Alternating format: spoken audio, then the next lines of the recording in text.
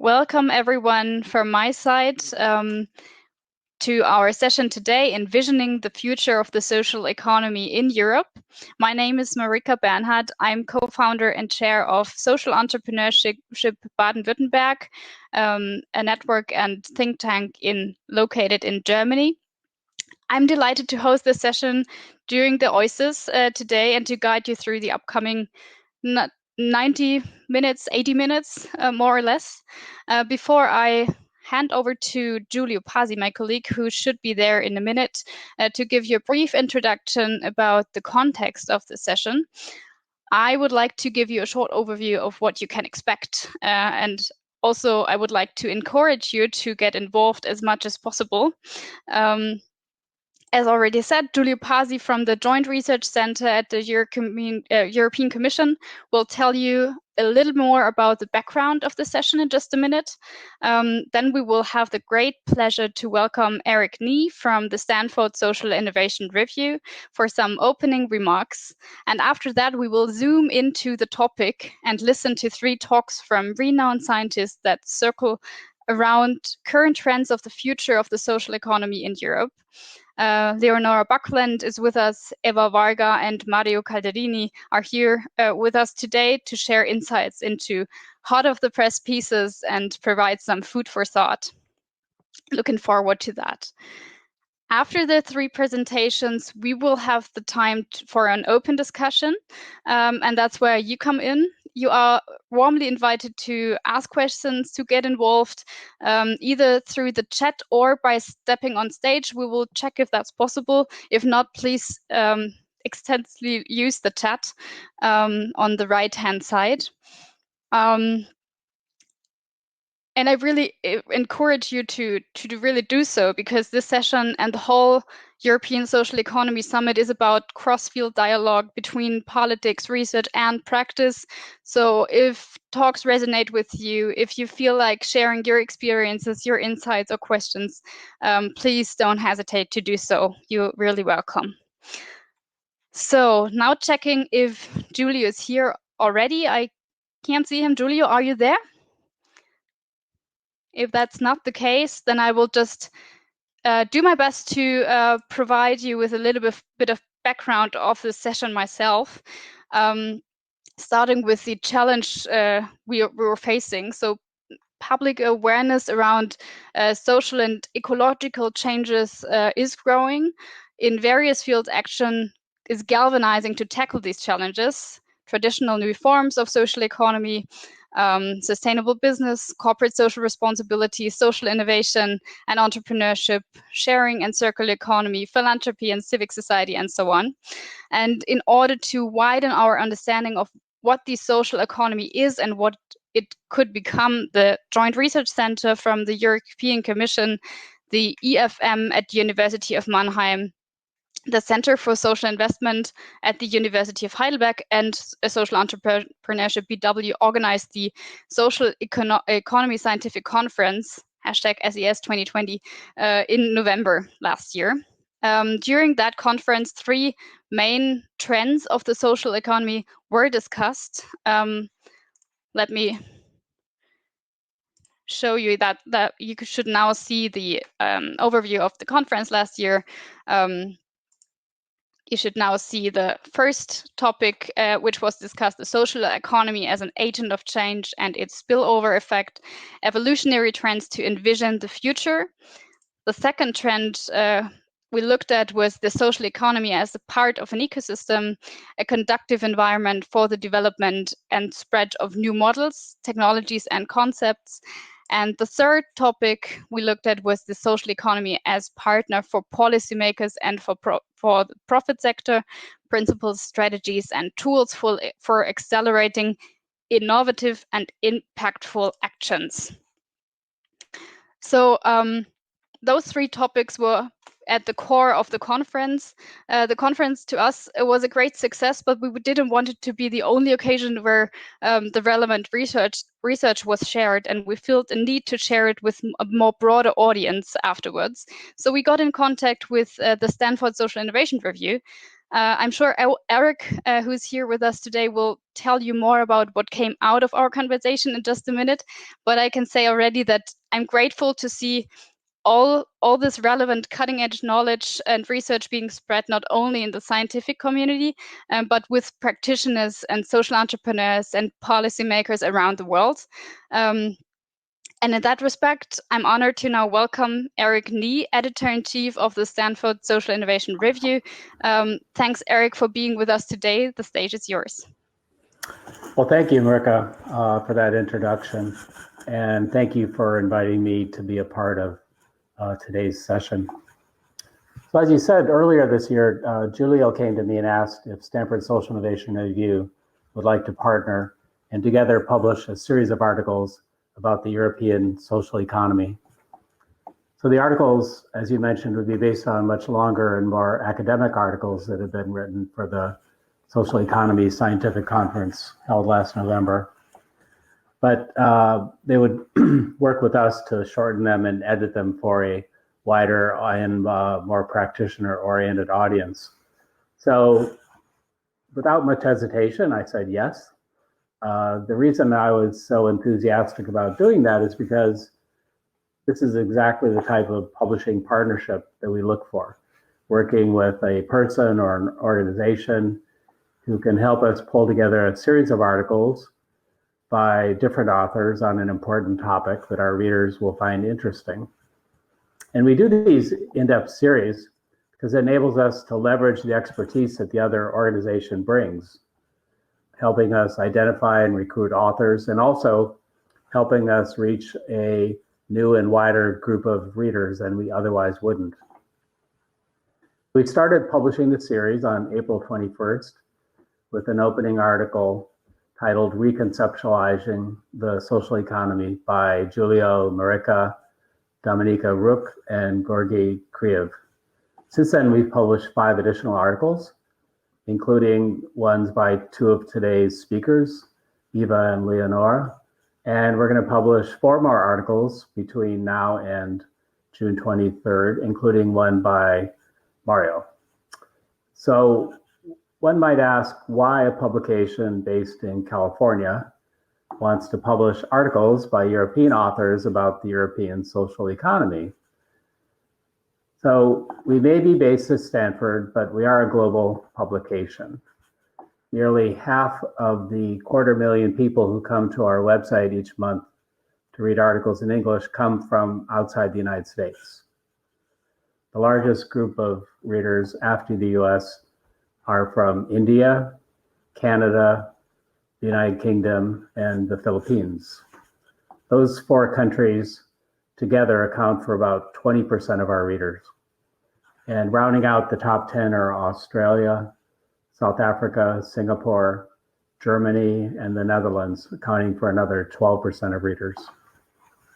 But those are all readers reading our articles in English. We also realize that it's important to reach people who don't read English, which is a large part of the world.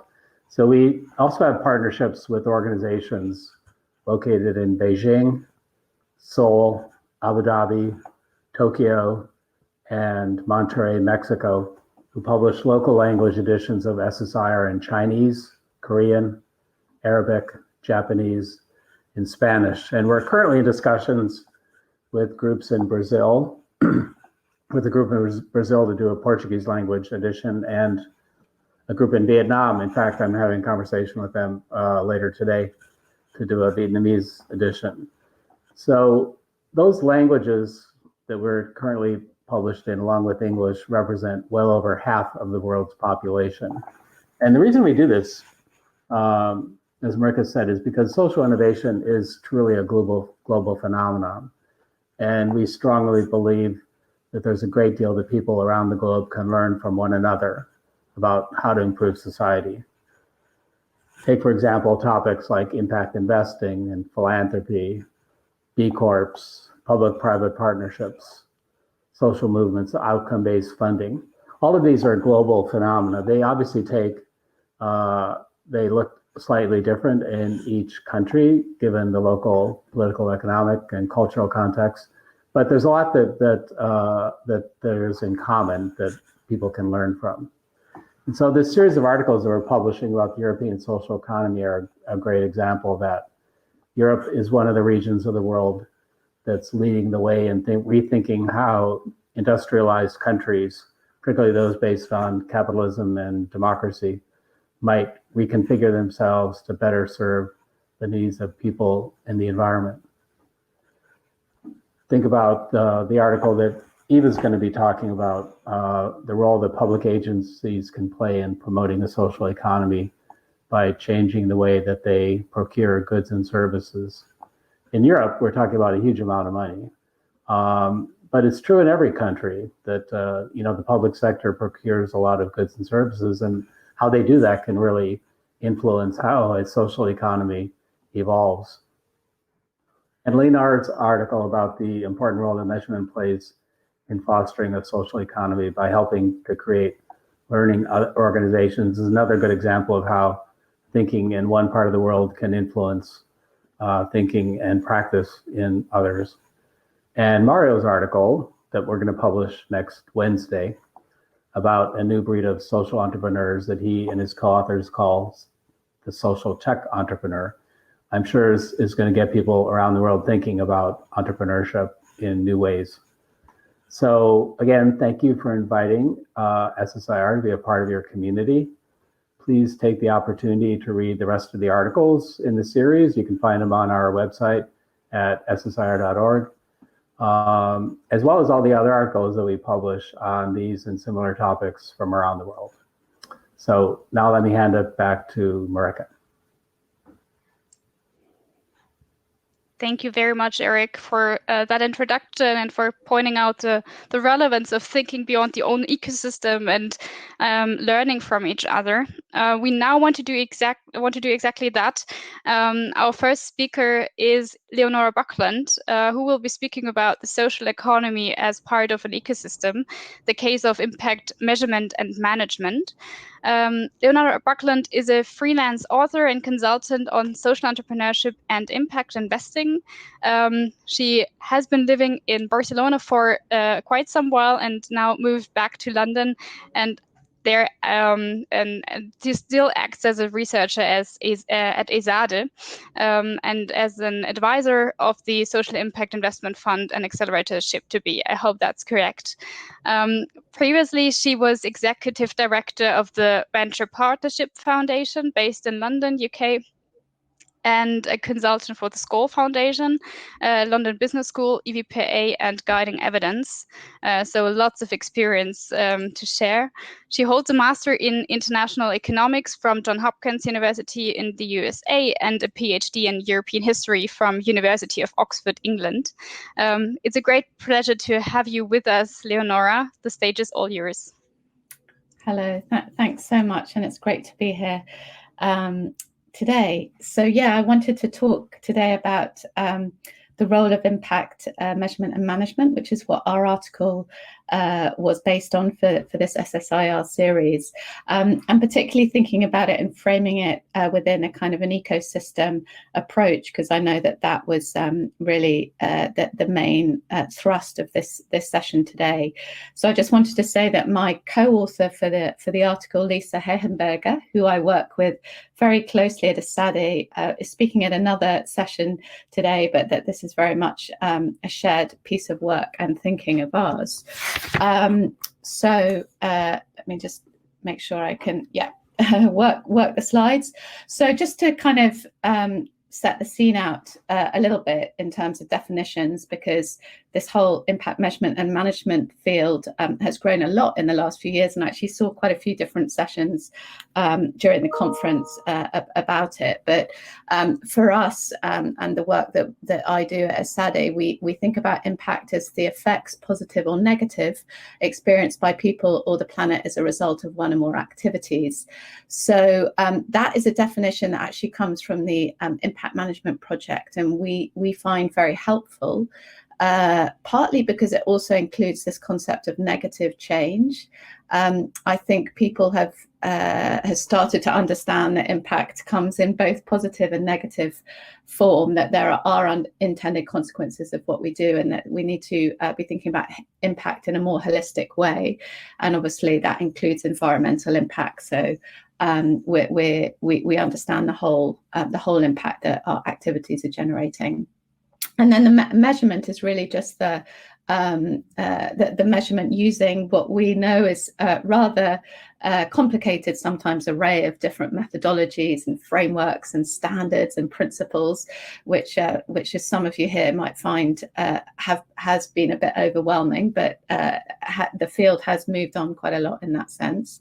And then there's the management, which we believe is really important, because it moves from really what you're doing in the more technical side to actually how you're doing it, and what you can learn from impact measurement, which is really the thrust of our whole article and really the work that we do.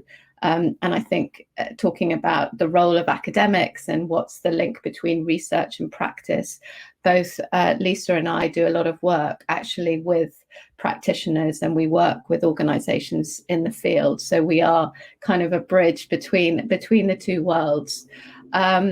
So those are the kind of main definitions. So why is impact measurement and management important? Well, I think there are three levels really for this. It's important at the individual organization level. As any of you know, if you've been working in the social economy, it can be a very powerful tool so that we can actually set objectives for and align internally on what we're trying to do, measure how we're doing, learn from the sort of basic, we would call it performance management, but really with the aim of improving our activities and services, getting better. Obviously, what's happened is it's become a bit of a fundraising tool, understandably, for social economy actors, and that can be the key drive, which is fine, but then you don't get the decision making and the learning that really is the power of this whole process. And then, of course, we can learn together with others who are in our field, in our geography, in our sector, and that can actually help us work more collaboratively. And I know a big theme of this conference is all about, how we can collaborate. And then at a European level, I mean, Eric was talking about that Europe can be potentially a sort of a trailblazer for how we really start to integrate and create this just transition that we talk about. And for that, that to happen, we as a sector need to have very strong evidence of the power of what we're doing. We need to kind of earn that seat at the table, and we need to help, inform and influence that transition, which obviously will be driven by many factors, but one factor is our ability to prove and show evidence of what we're capable of, and why that's important for people's well-being and for the environment. So that's really the importance of it. So in terms of where we are right now, I won't go into this in too much detail, but essentially, as you all know, the social economy is made up of very many different players, which we've categorized into different groups, and each of them really has their own dynamic around social impact measurement and management. So you'll see the green boxes in that slide of the different types of social economy actors. We've got the smaller association and foundations, cooperatives, the grant makers and the donors. You get the larger NGOs, organizations, etc., and then social enterprises and social investors. And there are a range of different levels of sophistication as we would think about it. And there's a huge diversity across Europe, across the continent of Europe. But I think if we kind of take a snapshot of what's happening, we can see that there are kind of strong contextual factors driving actors within the social economy to think about measurement and management in a way that maybe a decade ago wasn't so prevalent. So part of that is just civic scrutiny about what they're doing.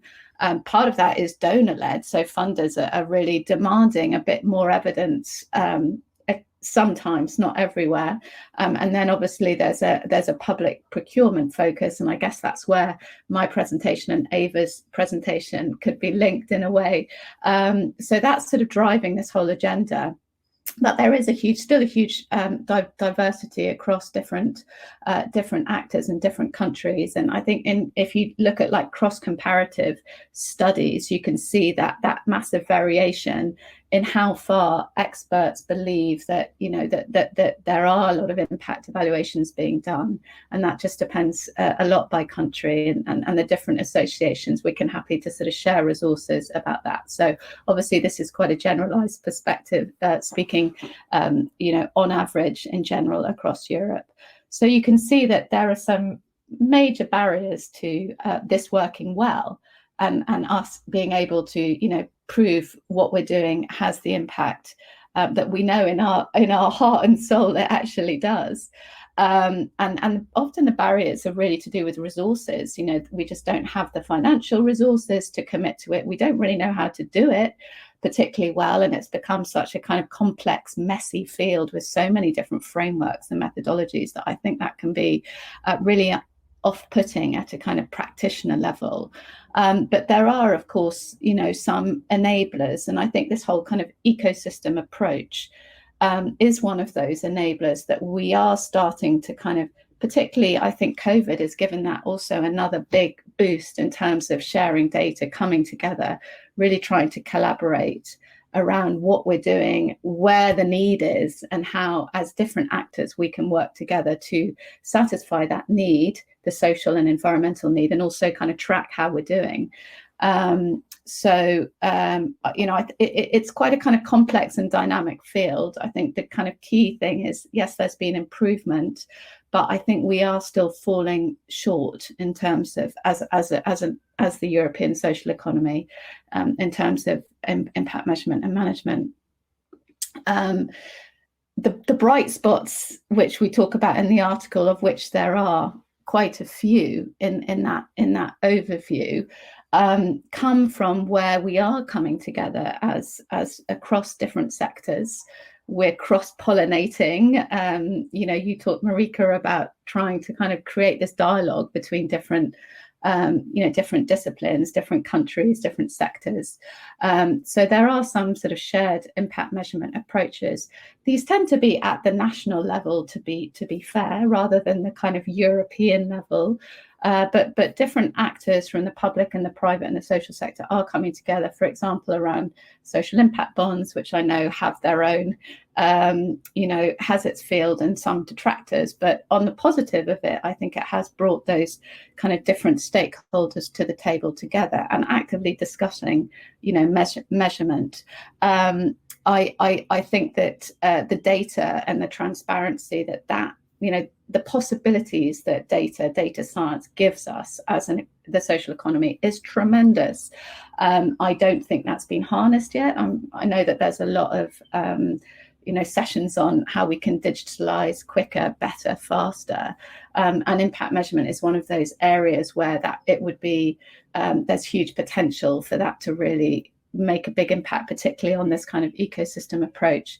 In the UK, there are some really strong examples of where different social economy actors have got together to create open data collaboratives, which are helping them to identify where the need is and how they're doing.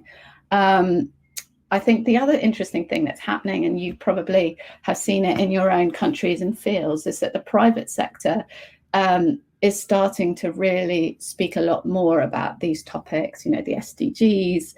You've got the massive growth of ESG and sustainable investing, which comes with all its own sort of measurement frameworks. You've got the B Corp movement, which Eric talked about, which also has its own assessment framework. So there's a lot going on there in terms of the private sector, and actually a kind of discussion between, the traditional, what we could call the social economy, and the private sector around measurement and how we can measure what an ethical social organization looks like.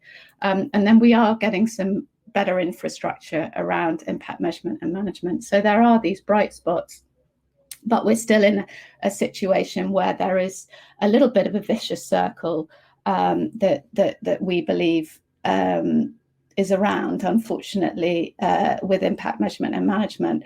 And the vicious circle really comes from this sense or culture around impact measurement and management as a kind of compliance tool. So it's something to sort of do reporting projects just to kind of get the funder off your back, or do the KPI, but it's not like an integral tool within the social economy actor to really improve what they're doing. And a lot of that is driven by a lack of resources to do this. So on the one hand, I talked about the growing context for public sectors to demand these kinds of measurement KPIs, also donors, but they're not really paying for it. So they're demanding it, but not paying for it. So we're in this quite uncomfortable situation where actually the data that's being generated is not that useful. It's probably not particularly rigorous. It may not be of the quality that's really helpful to move the field on. And we've just got generations and generations of reports and data which isn't really being used. So that's kind of a bit of a vicious circle that we're in. And there is some cultural resistance to the idea of impact measurement, which is fine. And some people feel, well, you can't count what can't be counted, that it's a sort of overly scientific, technocratic approach.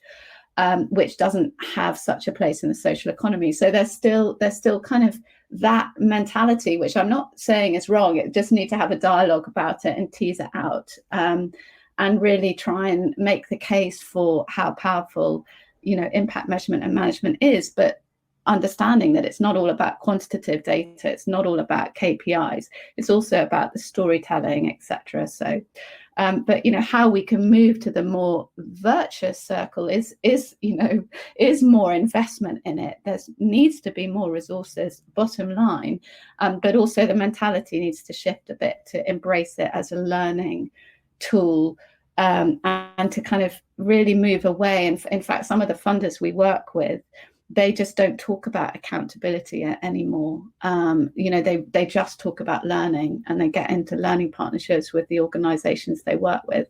And that's the whole framing.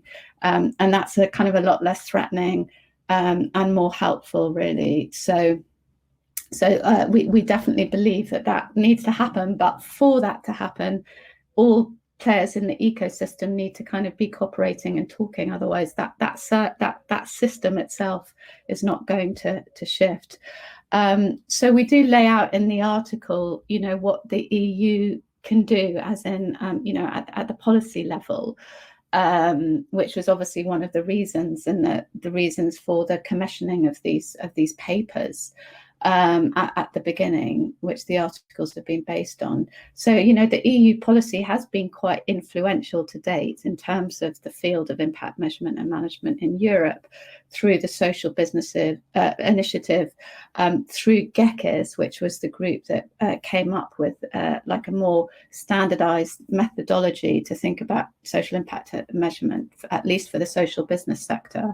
And we, in our article, put forward a sort of a series of recommendations for the EU, which we hope will, some of which will be taken into account. I won't go in detail into them. There are 8 different ones, but a lot of it is to do with providing really the backbone of the resources that I said is so essential, to support the kind of the learning and the capacity building around this whole activity, and then also to integrate all of everything that we're learning into the emerging EU policies and taxonomies, which are being created, and we need to be able to influence properly, because obviously they're going to have a huge say in terms of how Europe evolves over the next decade. So I'll leave it there, but really happy to take any questions and have a discussion about the topic. Thank you. Thank you so much, Leonora, for this really interesting input. Maybe one question before we jump over to Eva's talk. You're saying, yes, there has been improvement, but we're still falling short regarding impact measurement and management. And you've mentioned one of the reasons for that, lack of resources, of course. Maybe what does that mean for donors and funders of social impact initiatives? You've talked a little bit about what you've wrote in the article. Maybe you can give us a glimpse into what we can expect from the article. And do you have any ideas how to shift the mentality around financing respective activities? Yeah, I mean, I think actually the SADE, we're working with a group of 27 of the largest European charitable foundations around impact measurement and management. And it is that shift, that mindset shift is not a kind of an overnight thing. It takes a long time. And there are these very uneven power dynamics between donors, whether that be, foundations, or the public sector and the organizations on the ground. So there's this kind of fear of the organizations of they want to obviously report back positive results because they want to get their next year's funding or they want the contract, or so there are these kind of uneven power dynamics. So the mindset needs to be shifted amongst the donors as well as also the social economy organizations on the ground.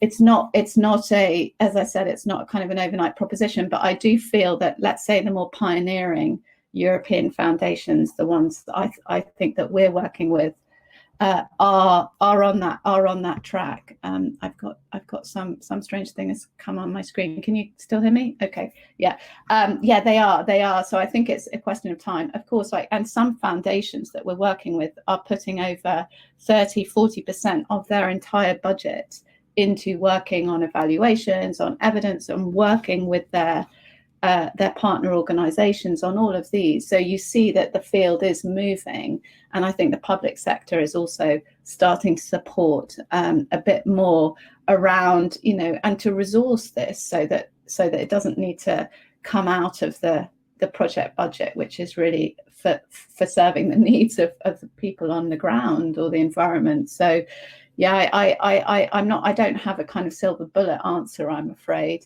But I do feel that there are two parallel tracks. There's the track of this learning mindset, which is really important, and then there's a parallel track of, trying to get simplify or get to perhaps a more coherent standard or set of, a framework, which could be really helpful to just simplify the field and also help the organizations on the ground, which we haven't talked about that much. But I think there's a parallel and interlinked and important tracks. Thank you, Leonora. Really fascinating development, especially also for me coming from philanthropy. So I really, it's great to hear that you kind of look positive on the development we're going through. Thank you again, and looking forward to the discussion later on. Now I'm honored to welcome our second speaker. You can, as mentioned before, Eva Varga will be speaking about the social economy as partner for policymakers and for the profit sector. Can procurement spur social problem solving?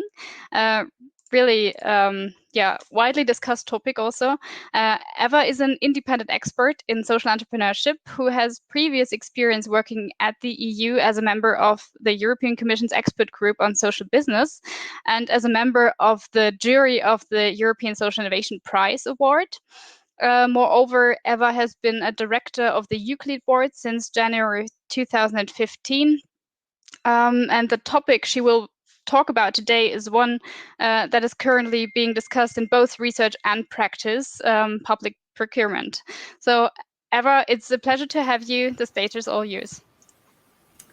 Thank you very much, Marika, and it's great to be joining this panel. And thank you, Leonora, for giving me the cue, because we will see as I kind of delve into the details that public procurement is all about impact. And so if we manage to crack the nut of how to actually measure, demonstrate, and manage that impact, I think the procurement side of things is going to be so much easier too. So the title that I was given for today's brief talk is how social economy can be a partner for policymakers. So that's the public sector and the for-profit sector as well. But the focus of today's conversation really will be procurement, not just public procurement, but also we'll have a quick look at how private procurement has developed over the past few years to really take that other angle of problem solving. So I think what we're trying to look at here is how to involve the social economy in resolving those mounting challenges, ecological, social, economic, but also what could be done to engage social economy and support it so that it can actually experiment, innovate, and help other sectors to solve these problems, and how can we create a more sustainable social economy. So when we're looking at, excuse me, oops, what happened here? Let me start with the government engagement, which, as many of you will know, doesn't only consist of procurement. There's been a lot of different ways that the public sector has partnered with social economy organizations and social enterprises through grants and support programs of different kinds, through award competitions, various types of community development and investment initiatives, innovation when they work together to solve a certain problem, policy development and partnerships, of which there are many different fora and ways. But procurement in goods and services, an especially powerful element and tool here, precisely because of what Eric mentioned at the beginning, the sheer size of the pie here. We're talking 14% of the annual GDP of the European Union, for example, which is this unbelievable sum of 15 trillion euros that could change the whole game if it was possible to activate. So when we're talking about the procurement area and how that can solve social issues, we really are looking at something that got this great name of socially responsible public procurement. What does this cover? This basically covers everything that governments and public authorities do in order to purchase services, social services, as well as other works and products that have a social goal, outsourcing work to social economy organizations, but also bringing in social and environmental considerations into their mainstream procurement from private sector companies in very large tenders. I think we would like to also include this additional element of the sustainability of the social economy sector. So how can socially responsible public procurement be done in a way that actually helps to sustain and grow the social economy? So what are ways to help social economy to access this big public sector market? In the European Union, there has been a really good opportunity and opening to promote and spread socially responsible public procurement, thanks to a whole set of new directives that were introduced in 2014 that the EU passes legislation, and therefore consequently member states had to transpose into their own national legislation as well. So there is now a legal framework that makes it possible to take into account various social and environmental criteria when purchasing services. And some of the main elements I've listed here, this is by no means an exhaustive list, but it is just there to give you a flavor, to give some examples of what are some really effective and relatively easy, or so it seems, to use instruments to to help provide better access to procurement for social economy organizations. A very important aspect of these new directives, you could say it's the revolutionary aspect, is that instead of focusing on the lowest price, it encourages public authorities to consider the best price quality ratio, which means do bring in some other aspects and don't only decide about purchasing and give it to the lowest price bidder. Reserved contracts can help reserve certain types of services for social economy organizations. This is made possible by these new rules. A light regime for social services, which tend to be more sort of nation state or member state specific. Therefore, these directives make it possible to use those less stringent national rules for procurement.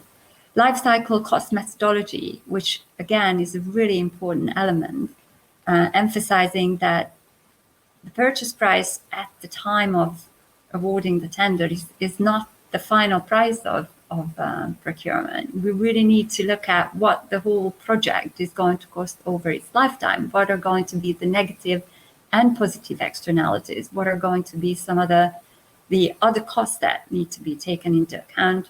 And assessing bids in that way.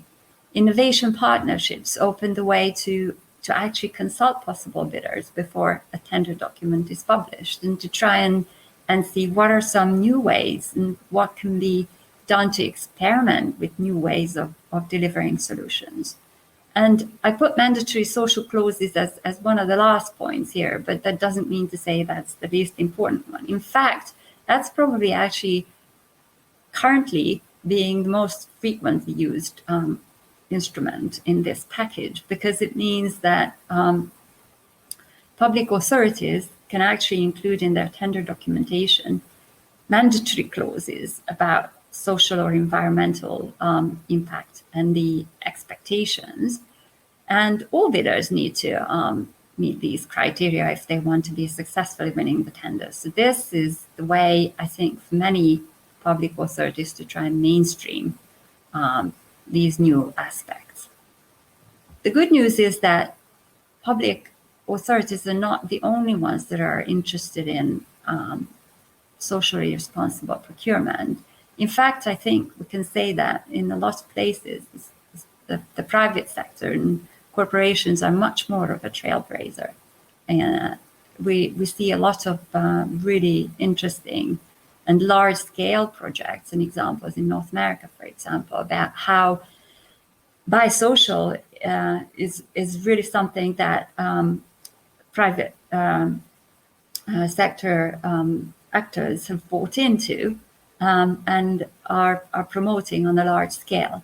They're incorporating social economy partners and social enterprises into their supply chains, and they're using them to help change the entire operations of a company to take into account more responsible aspects. What are some of the challenges and opportunities when we're looking at socially responsible public procurement? This is something that's much more, that offers much more detail in the article or the paper that I have written. But I think this is possibly maybe a short list to be looking at. And I want to start with the opportunities, the first of which is the existence of these new directives and the instruments that they offer. They make it much easier once public authorities actually get to know these rules. They make it much easier to engage also on a small scale and on a local scale with social economy organizations and involve them in public procurement. One example could be they make it possible to divide tenders into smaller lots, so that a very often mentioned challenge, which is social enterprises tend to be small and they can't bid for large contracts. This way it can be overcome. Another opportunity is definitely a growing interest in social economy and social procurement. So especially at local level, there are a lot of cases and examples whereby we see that in order to achieve certain social goals, public authorities really are looking for partners, and they really are reaching out to organizations and enterprises that can offer something more than the conventional approaches. On the other hand, social economy is becoming much more ready also to engage with public procurement. They have a growing service and product offer, and they really are trying to innovate so that they can engage with public sector. The COVID-19 crisis has shown to be an opportunity for many organizations, since the social economy has been able to step in where others weren't able to deliver during the most difficult times. And also, as Leonora had already alluded to, SDGs are becoming a really interesting framework to put at the heart of public procurement. Some of the challenges that I list on the right-hand side address, on the one hand,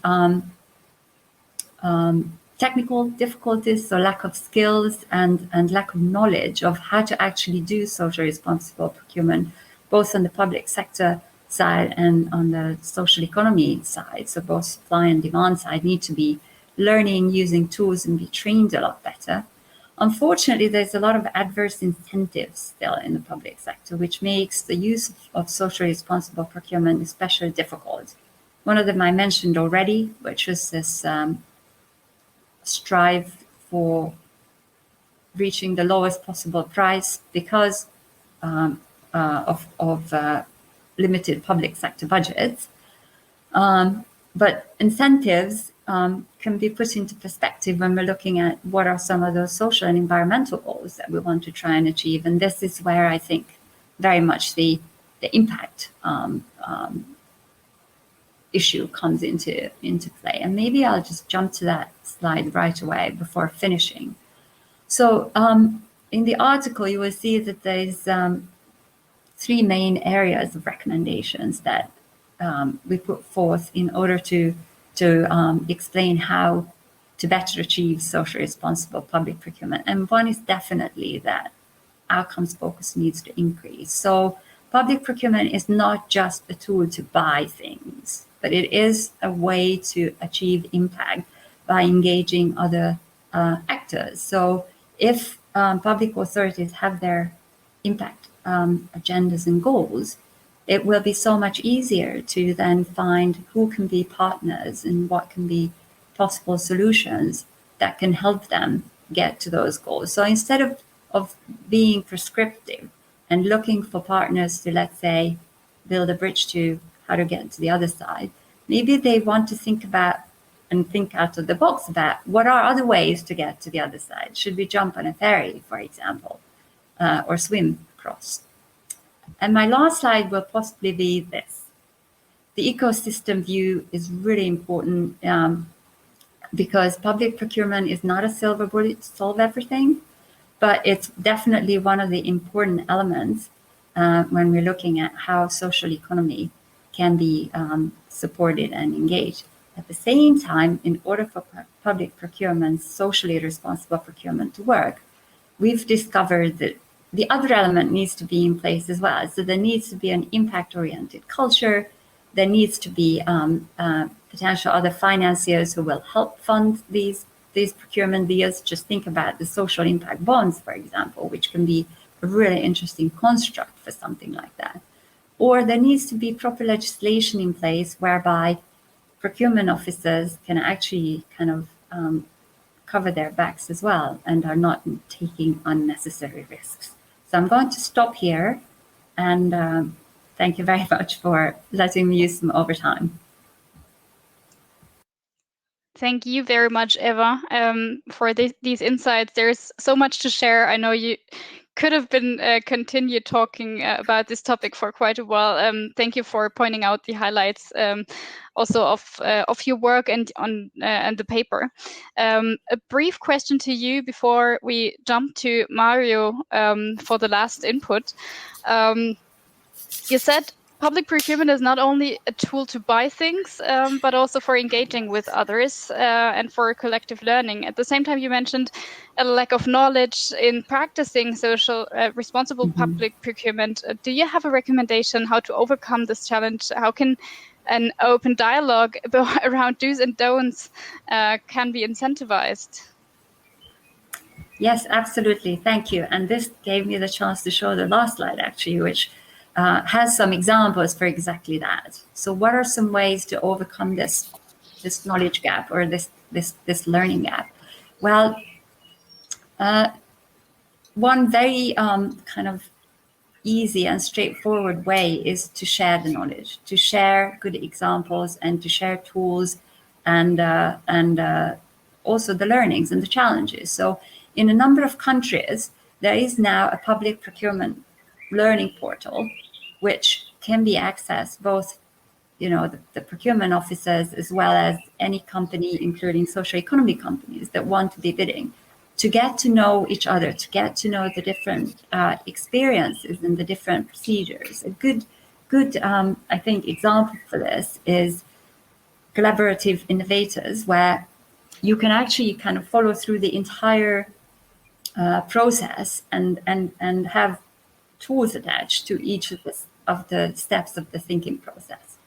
When we're looking at partnership for procurement, that's another really good example, whereby a portal, which on top of it all is actually funded by government, a portal can bring together and be used as a kind of matching platform for those that offer and those that are on the supply side.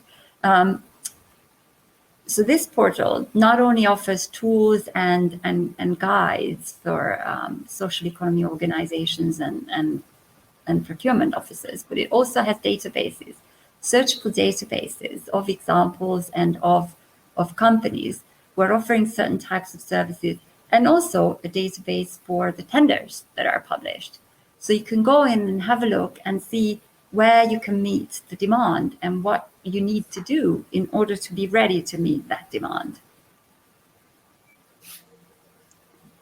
Thank you so much, Eva, for sharing this. I'm sure that, or I guess that the presentation will be shared in after the session. So in case you want, or the participants want to take a look at this again, you can do so. And also, if all the participants, this goes to you. If you have any questions or you would like to get engaged, please feel free to comment or write your questions in the chat so we can discuss them later on after the last talk. Now handing over to Mario. Mario will be talking about our third topic today, social economy as an agent of change and its spillover effects. Mario holds a PhD in economics from University of Manchester. He's a full professor at Politecnico di Milano School of Management, where he teaches social innovation. Beyond many other positions, he is also a member of the Scientific Advisory Board of the Minister of University Research and Innovation. He has been a member of the G8 Task Force for Social Impact Investment. He chaired the Italian Advisory Board on Social Impact Finance. He also sits in the Italian government's advisory group on social entrepreneurship and impact measurement, and he contributes to promoting the social innovation agenda in Italy, launching the sector's first public consultation. I could continue talking about your bio, Mario, for another 30 minutes. His work basically covers several topics in the field of innovation and social impact finance. It's an honor to have you with us today. Stage is yours, Mario. It is my honor, and thank you very much, Marika. And let me give my contribution to make this discussion very circular, because you will see I will end up into many of, for example, Eva's issues on public procurement and other policy issues. The question I want to address is whether it's possible to create a sustainable, human-centric, resilient economy that achieves diverse objectives, including growth, inclusion, equity, and to do so by bringing social enterprises in the inner perimeter of industrial policies. So it's a very ambitious and huge challenge, but we have an equally huge opportunity. And the opportunity is that a new entrepreneurial genre forged by the values of social entrepreneurship and fueled by technological opportunities, for example, is emerging. And it is well poised to mend some of the economic and social wounds inflicted by both COVID-19, of course, more recently, and the unexpected consequences of the early knowledge economy. An economy that is built around ideas and intellectual capital and driven by creativity, technology, and innovation. And my point is that we all had high expectations for the knowledge economy. We believed that technological innovation would spur economic growth and prosperity in a very equitable and inclusive way.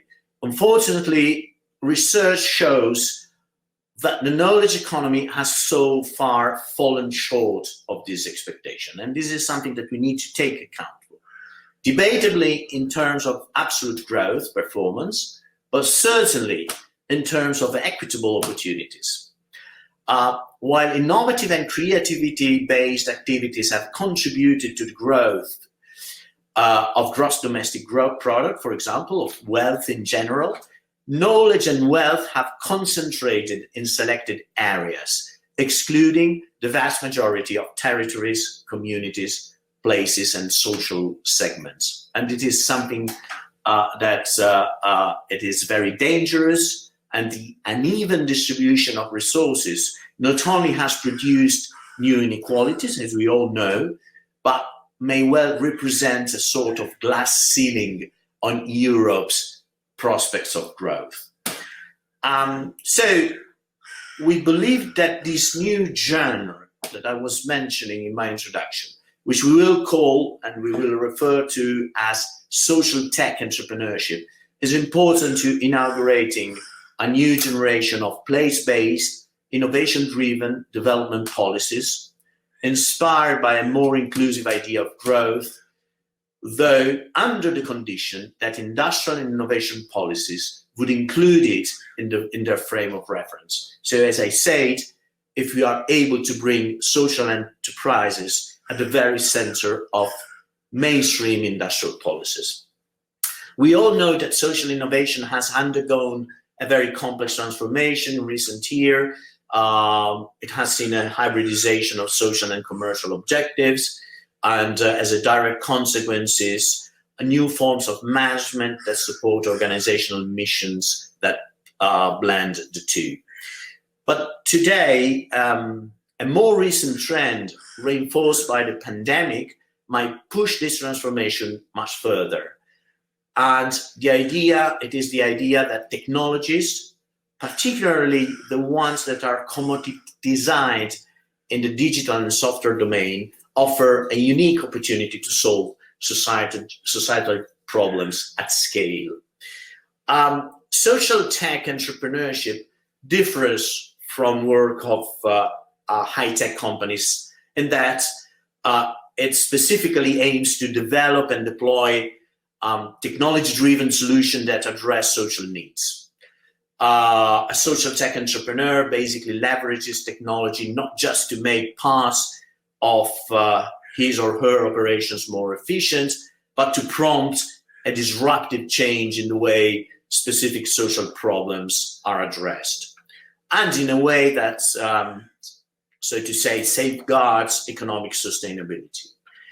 In other words, a social tech entrepreneur will attempt to satisfy a social need through technological innovation in a financially sustainable manner. And I would like to stress the point that the news here is that technology is a commodity, is cheap, is easy to use, and therefore is available to the third sector, to social enterprises. And this is the very opportunity that we all have.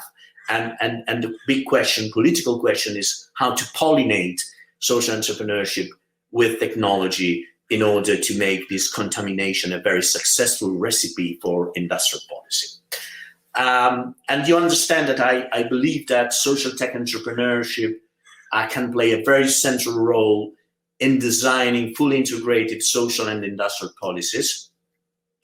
And under another perspective, it can give some kind of concrete sense to a broad and contemporary conception of purpose-driven economy, something that is very more and more frequently mentioned in our discourse, and that is an economy that includes a wider range of players that traditionally we define in social economy models.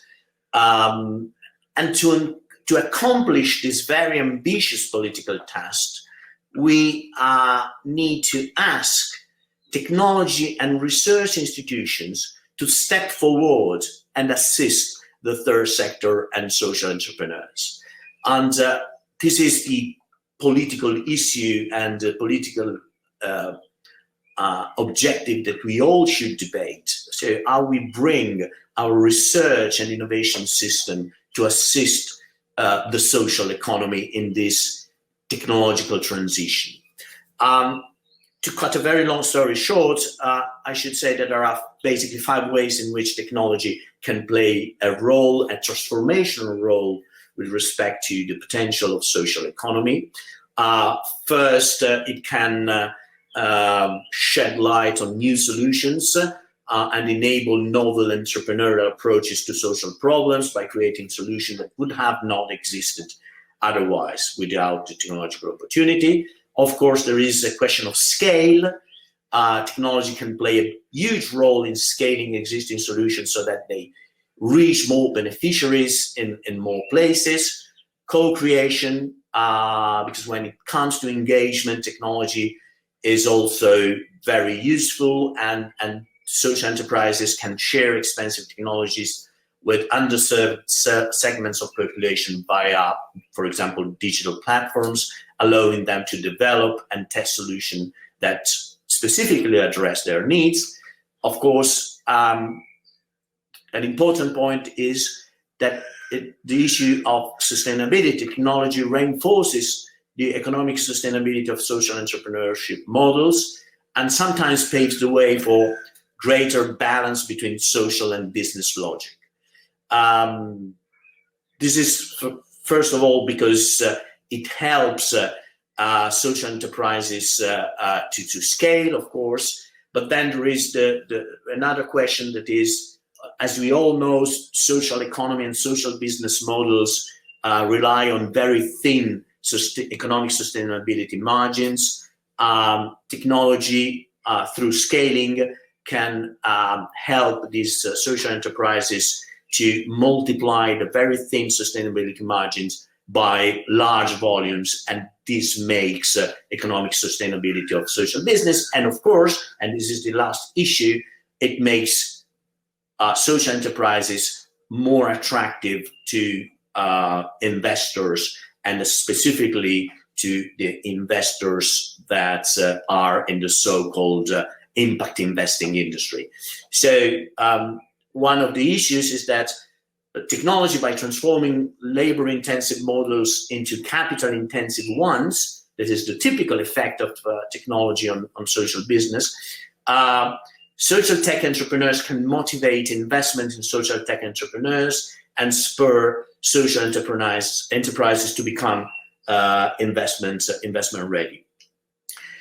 So my vision is that social tech entrepreneurship stands in the very middle between the demand for innovative social solutions and impact investors who are willing to provide specialized financial resources, making them crucial to building a hybrid impact-oriented value chain. So technology is somehow the connecting device between problems and the willingness of impact investors to provide financial resources to assist solutions and scaling and the ability to reach a larger number of beneficiaries. So I think that my point can be summarized in this way. My point is that we need to think of social enterprises, of social enterprise networks in Europe. Let's see, we have old numbers in Europe about the number of social enterprises. We were talking about something like 2 million social enterprises.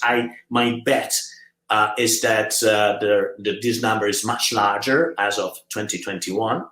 So if we think of social enterprise networks in Europe and beyond as incubator and accelerators of new high potential entrepreneurship. So let's imagine that we can switch from a model where we have these large science parks or incubators or accelerator that have been funded and let's say promoted by, for example, structural funds from the European Commission. So we have now a new opportunity that is a diffuse and distributed incubator and accelerator across all Europe that is the network of social enterprises. That, if contaminated by technological opportunities, can scale and become high growth potential new startups. In order to achieve this objective, it requires that technology and research institutions create new policies that support a more even, socially inclusive distribution of knowledge and wealth, and innovation that promotes both social good and economic growth. At the very center of this model, there is a young generation of social tech entrepreneurs that are the smartest possible ally that policymaker can dream of, that is posed to turn societal challenges into inclusive growth opportunity for the social economy.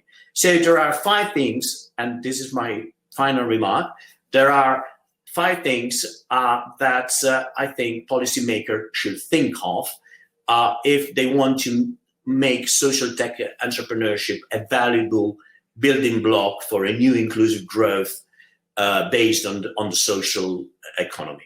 The first one is to inaugurate a new generation of technology transfer policy. And the point is very easy.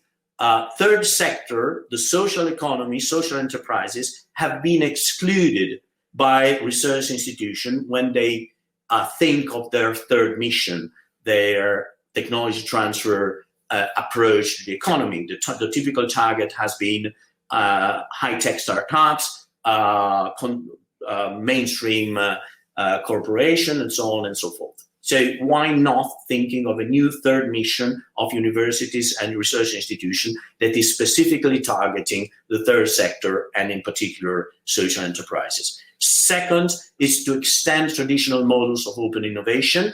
Open innovation models has been conceived and implemented for the traditional industrial system. Why not bringing social enterprises into open innovation activities and models in order to start and to spur new third sector, for-profit sector partnership that have as a main objective the diffusion and the contamination of innovation practices.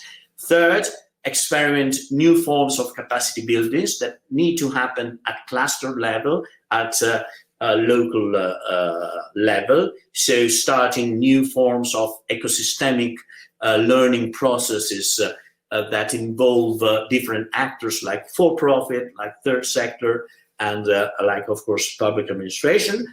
And fourth, I come to Eva's point, revitalize and renovate demand-side policies. Demand-side public policies support demand for innovation among customers and citizens and incentivize the provision of solutions that respond to social problems. They can prompt early market opportunities for both social tech startups and social enterprises facing technological transformation. So I want to couple Eva's ideas to my idea of having a diffuse and distributor network of social enterprises in Europe that you can use as a diffused and distributed incubator and accelerator. So if you couple the potential of this incubator and accelerator in Europe with smart public procurement, social procurement policies that would create early market opportunities for these kind of social enterprises that are growing thanks to technological opportunities, there is the match that can change the scenario of the European Commission's innovation policies. Fifth, of course, and finally, is the third ingredient, social procurement creating market opportunities, the network of established social economy as an accelerator or incubator of new startups, so-called new startups. Third ingredient is support the impact investing industry in ways that better realize the potential of blended value, patient capital to social tech enterprises. So the point is that if we put together the market for needs, social procurement, a huge and potentially immense incubator and accelerator that is the network of social enterprises contaminated by technological opportunities, and if we get impact investors to assist these growing enterprises with specialized impact finance, there we have a new industrial value chain that is, in my opinion, a huge value for next generation Europe. Thank you very much. Thank you, Mario, for building the bridge between the previous talks and for solving the main questions of policy making for the social economy, basically in your talk. No, thank you very much for the enthusiastic and inspiring talk. One question, since we only have around 9 minutes left, I would encourage everyone who's listening to really post your question into the chat if you have some. In the meantime, I would like to build the bridge from your talk, Mario, to the first one of Leonora, asking a quick question regarding potential negative impacts. You said social tech entrepreneurship is important to ensure a more inclusive idea of growth. At the same time, as you mentioned, technological change has also promoted not only positive impact, but also brings new social challenges. How would you say, can we make sure to assess what impact the respective social tech enterprises or that huge network you were talking about could create, and how can we enable a dialogue around that?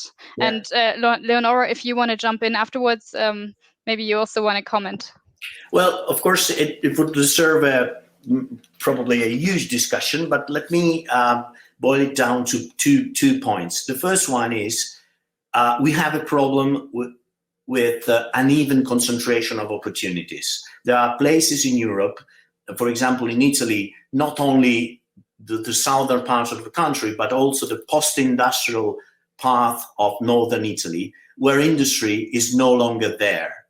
So we need, and in these places, all we have is social entrepreneurship.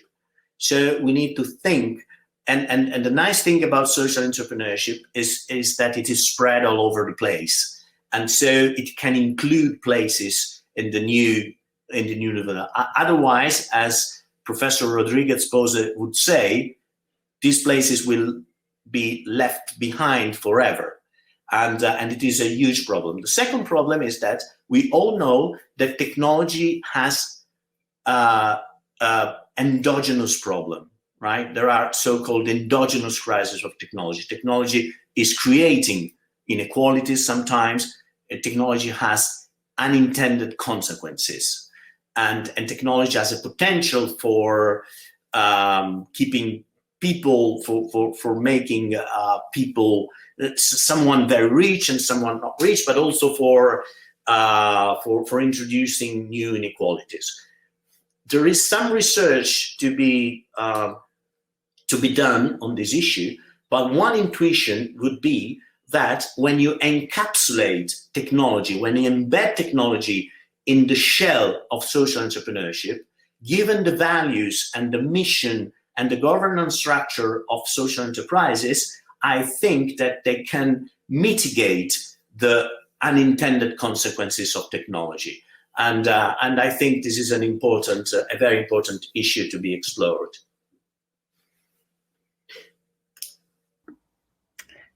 Yeah, well, thank you so much for your contribution, Mario. I actually did some work with social tech entrepreneurs in Spain, and definitely kind of so much exciting activity there. And actually, you see from the European Social Innovation Tournament as well, how over the last years, that tech strand has emerged to such a hugely important degree. So I think one thing to kind of consider in all of this is, you know, what happens to the more traditional, let's say, social enterprises, like, you know, we might think about the labor insertion social enterprises, which certainly in Spain, and I also think in Italy, are a big part of the, you know, the landscape, and how we don't kind of lose the focus on those as well in this drive to embrace the social tech entrepreneur. I mean, that's kind of one unintended consequence that you might have. I don't know where all the funding could move, and you already feel in a way the impact investing space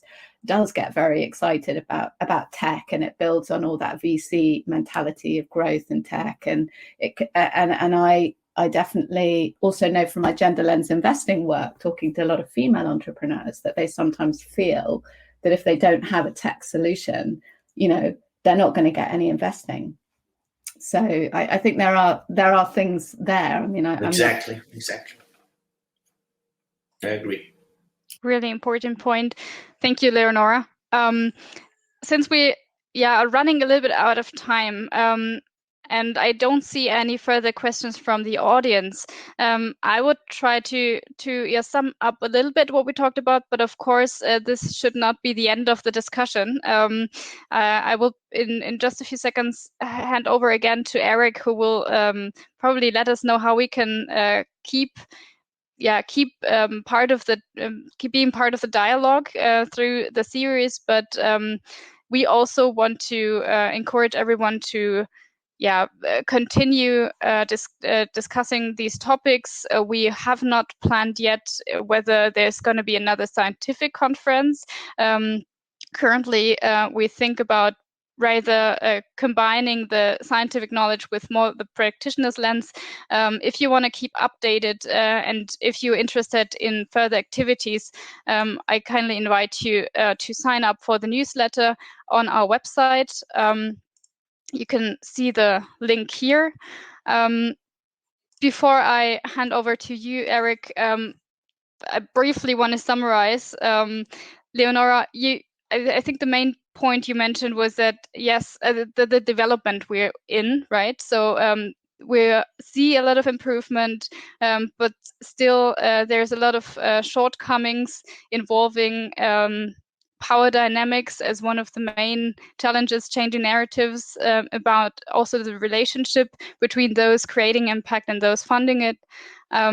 From you, Eva, we've learned a lot about the topic of procurement, mainly that it involves not only the outsourcing of to social enterprises and others, but also bringing social and ecological perspectives to the mainstream of procurement, and so many other things I cannot summarize now. But for all the participants, please feel free to look into the presentations and the slides afterwards. And Mario, thank you again for really showing the broader idea behind all of it today, by saying we need to couple the incubator idea, the accelerator idea, with smart public procurement, and then make sure we know what impact we create. So I guess that really combines all the talks of today. Thank you again so much for your contributions.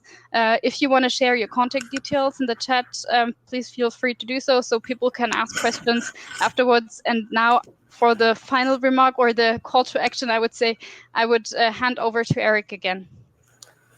Thank you, Marika, and thank you to all four of our speakers who all have contributed articles to the series. As I mentioned, Mario's will be going live next Wednesday, so I encourage everyone to come and read that article, as well as the others that we have coming in the future. And this conversation today, I think, has touched on so many interesting and important issues, many of which we have been covering in SSIR over the last several years and will continue to do so. The role of government in creating an environment within which the social economy can prosper, the role of impact investors, the importance of measurement.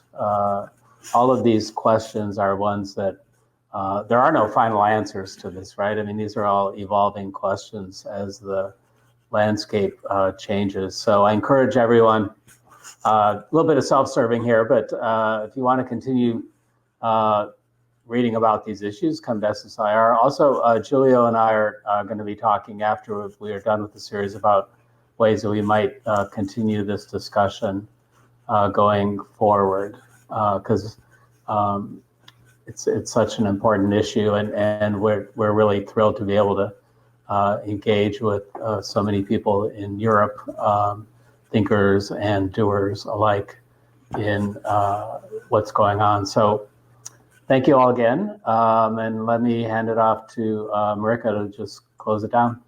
Thank you, Eric. Again, on behalf of the SES team, including Giulio, Dominica, Georgie, and myself, I thank everyone for the great contributions today and beyond this session. And I wish everyone a fruitful discussions and new insights during the OISES, and I hope to keep in touch. Thank you and goodbye. Bye. Thank you, Goodbye. Marika. Thank you very much. Thank you. Bye.